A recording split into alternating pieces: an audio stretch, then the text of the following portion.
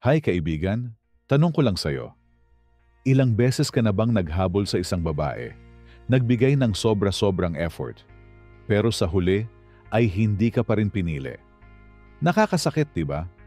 Pero mapapansin mo rin, may mga lalaki na kahit hindi nagpapakita ng matinding effort, sila pa yung hinahabol at pinapahalagahan ng babae. Bakit kaya ganon? Ano ang meron sa mga lalaking hindi humahabol, pero mas sila pa ang nagiging kaakit-akit?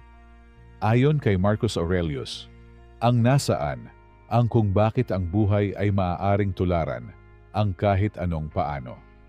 Kung malinaw sa isang lalaki, ang kanyang layunin, hindi siya natitinag ng mga bagay na wala sa kanyang kontrol. At isa na doon ang habol ng babae. Kung gusto mong matutunan ang malalim na sikretong ito, manatili ka hanggang dulo. Dahil dito, malalaman mo kung bakit mas naa-attract ang mga babae sa lalaking hindi desperado at paano mo rin ito magagamit para maging mas kaakit-akit at respetado. Pero bago tayo magsimula, kung bago ka sa channel na ito, maaaring i-comment mo sa baba kung nasa ang lugar ka ngayon habang pinapanood mo itong video. At huwag mong kalimutang i-like ang video, mag-subscribe sa channel, at i-on ang notification bell para lagi kang updated sa mga bagong content na magtuturo sa iyo kung paano maging mas makapangyarihan sa buhay at relasyon. Kaibigan, napansin mo ba na minsan, yung mga lalaking hindi humahabol, sila pa ang mas pinagkakainteresan ng mga babae? Ang tanong, bakit nga kaya? Hindi ba't parang baliktad ito sa nakasanayan natin na kapag gusto mo ang isang tao, dapat ikaw yung unang kumilos at gumawa ng paraan?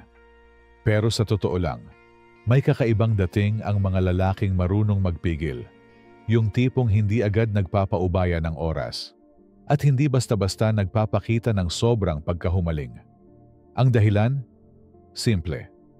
Ang hindi naghahabol na lalaki ay nagdadala ng aura ng kumpiyansa at halaga sa sarili. Hindi sila desperado at hindi sila natitinag ng takot na mawala ang isang babae. At doon mismo nagsisimula ang misteryo at pagkahumaling. Kasi para sa isang babae, ang lalaking hindi naghahabol ay parang palaisipan. May sariling mundo, may sariling direksyon, at hindi nabubuhay lang para sa atensyon niya. Ayon kay Marcus Aurelius, "He who needs less has more." Kung hindi mo desperado hinahanap ang isang tao, mas lumalabas ang lakas mo at mas ikaw mismo ang hinahanap. Ngayon kaibigan, narito na ang 10 mga reasons kung bakit mas naa-attract ang mga babae sa mga lalaking hindi humahabol. Una, dahil ipinapakita mong may sarili kang misyon. Ang lalaking hindi humahabol ay alam kung saan siya papunta. Nakatuon siya sa kanyang pangarap at hindi basta nauubos ang oras sa paghabol sa atensyon ng iba. Ayon kay Marcus Aurelius, "Stop wasting time arguing what a good man should be. Be one."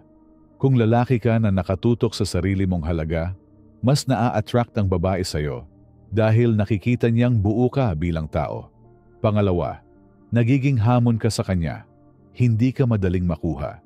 At kaibigan, ang tao, natural na naa-attract sa challenge. Kapag hindi ka basta sumusuko, mas lalo kang nagiging kawili-wili sa mata ng babae. Pangatlo, may aura ka ng tunay na confidence. Ang hindi humahabol, hindi insecure, dahil alam niyang sapat siya. At kaibigan, wala nang mas kaakit-akit pa sa confidence na tahimik pero matibay.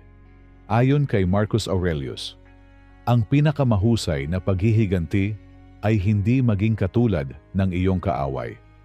Hindi mo kailangan gumaya sa ibang lalaking sobra maghabol. Ang pinakamainam ay manatili kang kalmado at may dignidad. Pang-apat, hindi ka desperado. Ang desperasyon ay amoy na agad na aamoy ng babae. Kapag ipinakita mong hindi mo kailangan ng validation mula sa kanya, mas lalo kang nagiging kaakit-akit. Panglima, mas nagiging misteryoso ka. Kapag hindi ka palaging available, mas marami siyang iniisip tungkol sa'yo. At ang misteryo ay parang apoy na hindi agad namamatay. Mas lalo niyang gustong tuklasin ang nasa likod ng iyong katahimikan. Pang-anim, mas pinapahalagahan ka niya. Isipin mo ito, ang bagay na mahirap makuha, mas pinapahalagahan. Ganito rin sa relasyon. Kapag hindi ka agad sumusunod sa lahat ng gusto niya, mas natututo siyang makita ang tunay mong halaga. Marcus Aurelius. Very little is needed to make a happy life. It is all within yourself, in your way of thinking. Kung masaya ka na, kahit hindi siya ang sentro ng mundo mo, mas lalo niyang maiisip na ikaw ang lalaki na hindi madaling bitawan. Pang-7, lumalabas ang natural mong karisma. Kapag hindi ka nagpupumilit, doon lumalabas ang tunay mong appeal. Ang natural na pagkilos mo ang siyang nagiging magnet ng babae. Pang-8, nagiging mas kalmado ka sa relasyon. Ang hindi humahabol ay hindi madaling matalo ng emosyon. Hindi seloso, hindi paranoid, at hindi demanding. At yan ang hinahanap ng babae. Isang lalaking kayang magdala ng sitwasyon. Pang-9, pinapakita mong may self-respect ka. Hindi ka basta nagbibigay ng lahat ng walang kapalit. May linya ka at may dignidad kang pinapangalagaan. Marcus Aurelius. Waste no more time arguing about what a good man should be. Be one. Ang respeto, una mong dapat ibigay sa sarili mo bago ito ibigay ng iba. At pang-10, dahil nagiging bihira ka. Sa panahon ngayon, karamihan ng lalaki, sobra ang effort, kahit hindi naman kailangan. Pero kapag kaya mong manatiling composed at hindi nagpupumilit, mas lalo kang nagiging unique. At yan ang lalaking hindi niya makakalimutan. Kaibigan, tandaan mo ito. Ang babae ay natural na naaakit sa isang lalaking may sariling buhay, may sariling goals, at may sariling dignidad. Hindi siya natu-turn on sa lalaking habol ng habol kasi nawawala ang thrill at respeto. Pero kapag pinakita mong kaya mong tumayo mag-isa, na kaya mong mabuhay kahit wala siya, dun siya mas napapaisip, mas natutukso, at mas nahuhumaling. Kaya ang sekreto, hindi yung habulin mo siya, kundi iparamdam mong kaya mong mabuhay ng buo kahit wala siya. Dahil sa dulo, ang babae mas naeengganyo sa lalaking alam ang halaga niya, kaysa sa lalaking ibinibigay lahat ng walang tanong. Ngayon kaibigan, tanong ko sa'yo, handa ka na bang maging yung tipong lalaki na hindi kailangan humabol dahil siya mismo ang hinahabol? Kaibigan, isipin mong mabuti. Ang tunay na halaga ng isang lalaki ay hindi nasusukat sa dami ng effort na ibinibigay niya para mapansin, kundi sa kalidad ng pagkatao na ipinapakita niya kahit walang kapalit. Kung marunong kang maghintay, kung marunong kang magpigil, at kung kaya mong ipakita ang dignidad mo nang hindi kailangan ng validation, doon ka magiging tunay na kaakit-akit. Ayon kay Marcus Aurelius, you have power over your mind, not outside events.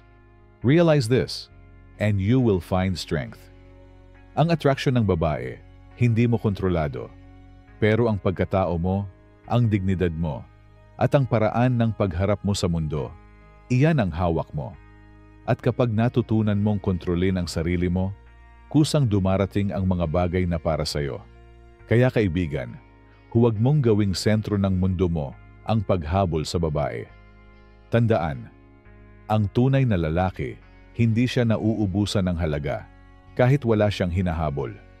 At doon siya mas lalong hinahanap, doon siya mas lalong hinahabol.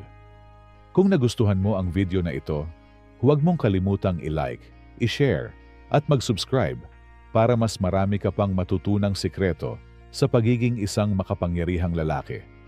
At bago tayo magtapos, gusto kitang tanungin, sa tingin mo, mas nakakaakit ba ang lalaking marunong maghintay at magpigil o yung laging nagpapakita ng sobra-sobrang effort? Ilagay ang sagot mo sa comments kaibigan. Gusto kong marinig ang pananaw mo. Tandaan, a man's worth is no greater than the worth of his ambitions. Marcus Aurelius. At kapag ang ambisyon mo ay maging isang lalaking may respeto, dignidad, at tunay na halaga, hindi lang babae ang maa-attract sa'yo, kundi ang mismong respeto ng mundo.